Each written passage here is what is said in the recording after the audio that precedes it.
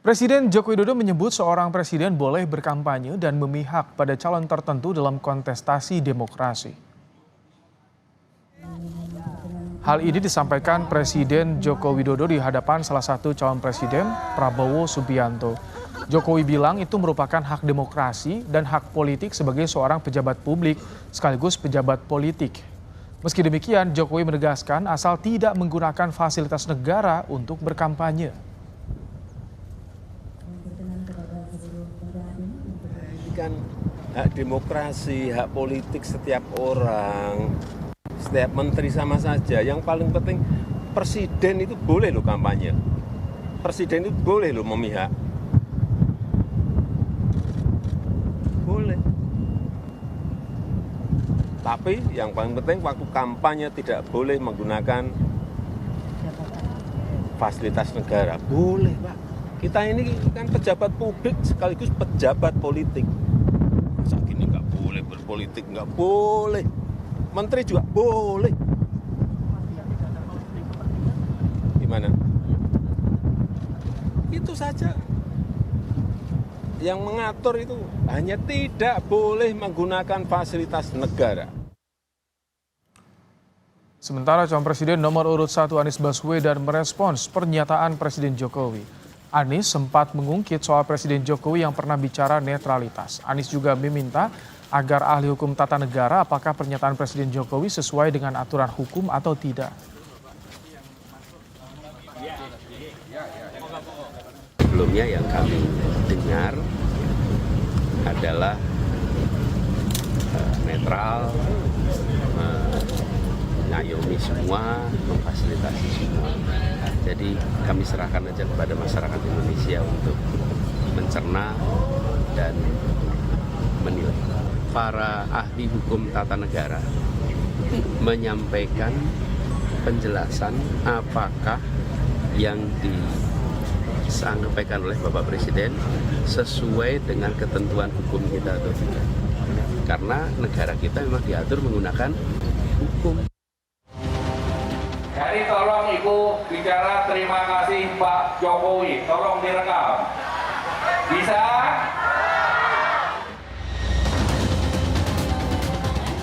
Sejumlah menteri yang masih duduk di kabinet pemerintahan Jokowi kerap terlihat ikut mengkampanyekan pasangan Capres dan Cawapres nomor urut 2 Prabowo Gibran.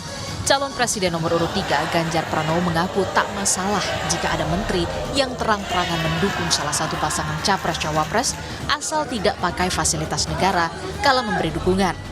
Kalau Pak Erick Thohir, terus kemudian siapa yang nongol kemarin Pak Prabowo, terus kemudian Pak Bahlil, rasanya iya dia pasti mendukung di sana. Dan nggak apa-apa. Nggak apa-apa. Yang penting jangan menggunakan fasilitas negara itu aja. Itu menjadi fair gitu. Kalau saya nggak apa-apa. Kan ada kader-kader PDI Perjuangan yang mendukung kita. Sementara itu, calon wakil presiden nomor urut 1 Muhaimin Iskandar menyebut presiden, menteri, kepala daerah hingga aparat desa harus netral dan tidak memihak. Menurut Muhaimin, jika wasit di pemilu terus-menerus merangkap sebagai pemain, maka penonton akan menggeruduk lapangan dan menghentikan permainan. Oleh karenanya, Caimin meminta agar wasit tidak memihak. Jadilah wasit yang adil, setuju? Jadilah wasit yang tidak memihak, betul? Kalau ada rakyat butuh pupuk, mbok yo cawe-cawe. Jangan cawe-cawe memihak salah satunya. Yang perlu dicawe-cawe adalah pupuk rakyat yang sudah puluhan tahun tidak pernah didapatkan di seluruh masyarakat petani kita, betul? Isu menteri yang masuk ke dalam tim kampanye Capres dengan menggunakan fasilitas negara kembali mencuat setelah disindir Cawapres nomor urut 3 Mahfud MD. Tim Liputan, Kompas TV.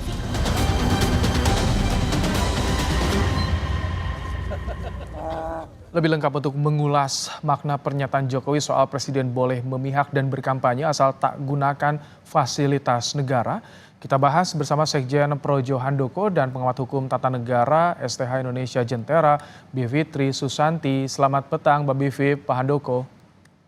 Selamat petang, Mas Ibrahim. Baik. Selamat petang.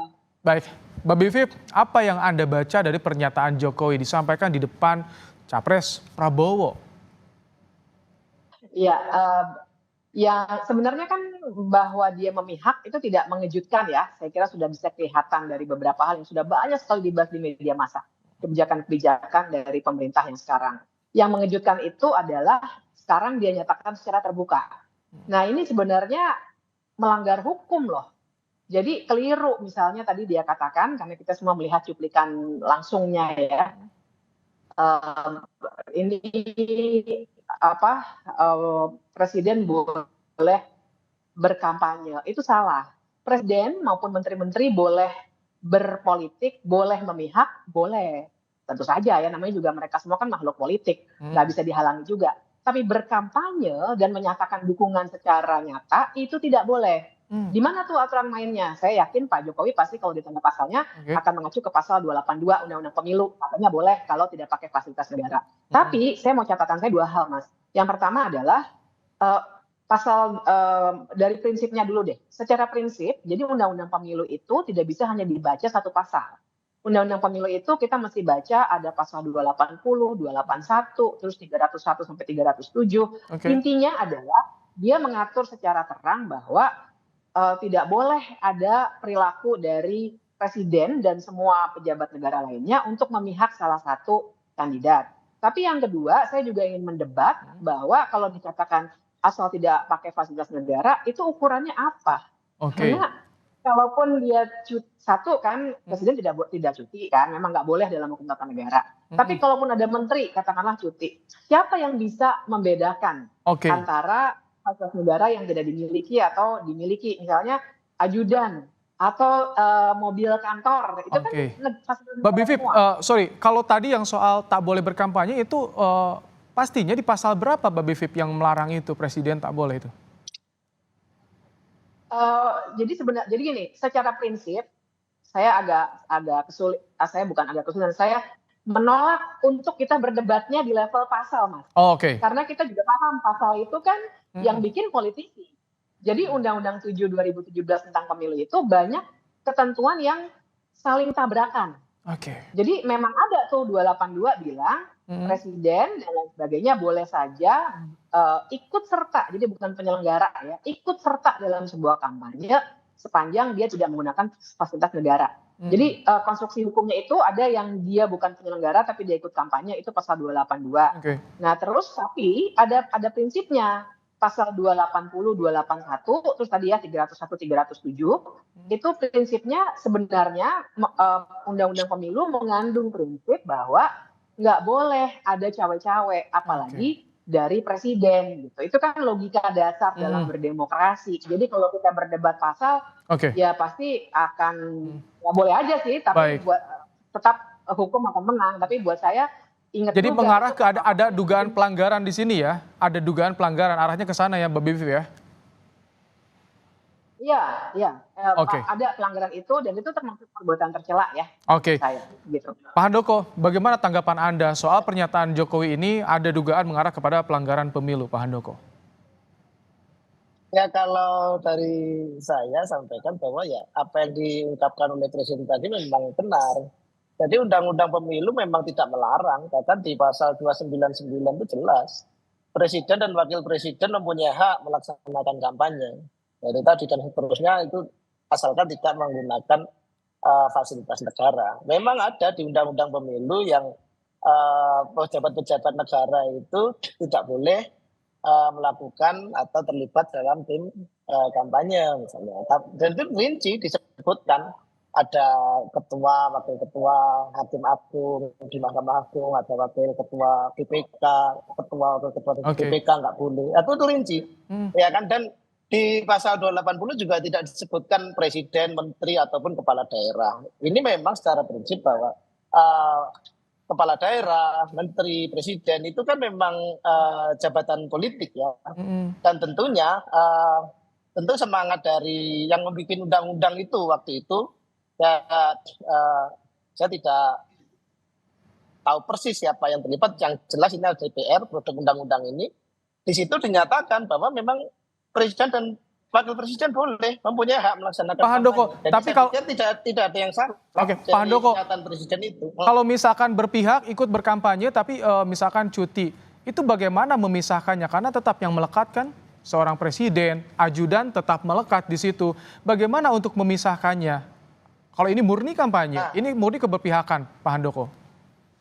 Ya, artinya gini, pada prinsipnya ya jabatan-jabatan presiden, kepala daerah, menteri itu kan jabatan politik dan hak politiknya dijamin di undang-undang itu dengan mengatakan boleh melakukan kampanye asalkan tidak menggunakan fasilitas negara. Fasilitas negara itu mulai mobilitasnya dia, kemudian gedung dan peralatan-peralatan yang dipakai itu tidak ada fasilitas negara.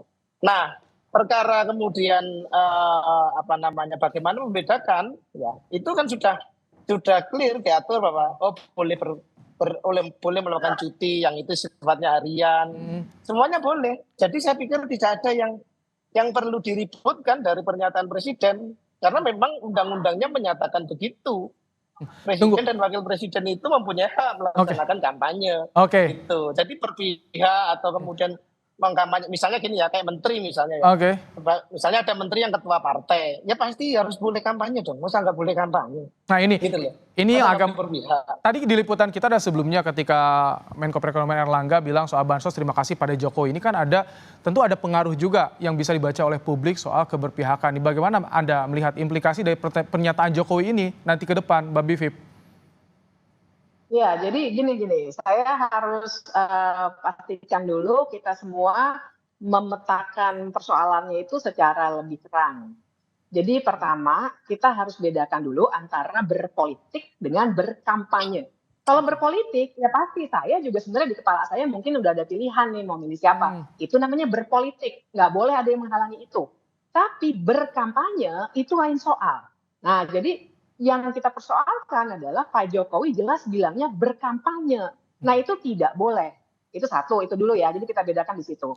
Antara berpolitik dengan kampanye dan prinsipnya. Tapi yang kedua, Mas, saya juga ingin bilang, konstruksi hukum Undang-Undang 7 2017 tentang pemilu itu ada 3. Pertama adalah ketidakbolehan membuat kebijakan-kebijakan yang menguntungkan kandidat tertentu. Yang kedua adalah kalau dia ikut kampanye, tapi bukan sebagai penyelenggara. Dan yang ketiga adalah dia aktif sebagai penyelenggara kampanye.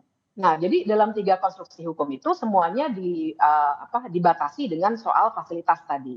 Tapi, nah pertanyaan kritisnya adalah fasilitas itu persis sekali yang tadi Mas Ibrahim tanyakan. Mana bisa kita membedakan kalau misalnya presiden lagi ngomong sesuatu, ajudannya nggak ada di sampingnya. Ajudan itu dibayar pakai APBN, gitu ya. Jadi fasilitas negara itu kita bisa perdebatkan lagi. Mungkin dia nggak pakai gedung kepresidenan, tapi dia semua yang melekat pada diri seorang presiden dan menteri itu sebenarnya ada fasilitas negaranya. Makanya sebenarnya kita pegangannya harus prinsip. Kalau berantem di soal pasal, ya kita bisa aja. Saya tetap merasa yakin dengan standpoint saya, tapi tetap secara prinsip itu yang menyebabkan di hampir semua negara demokratis memang dibatasi.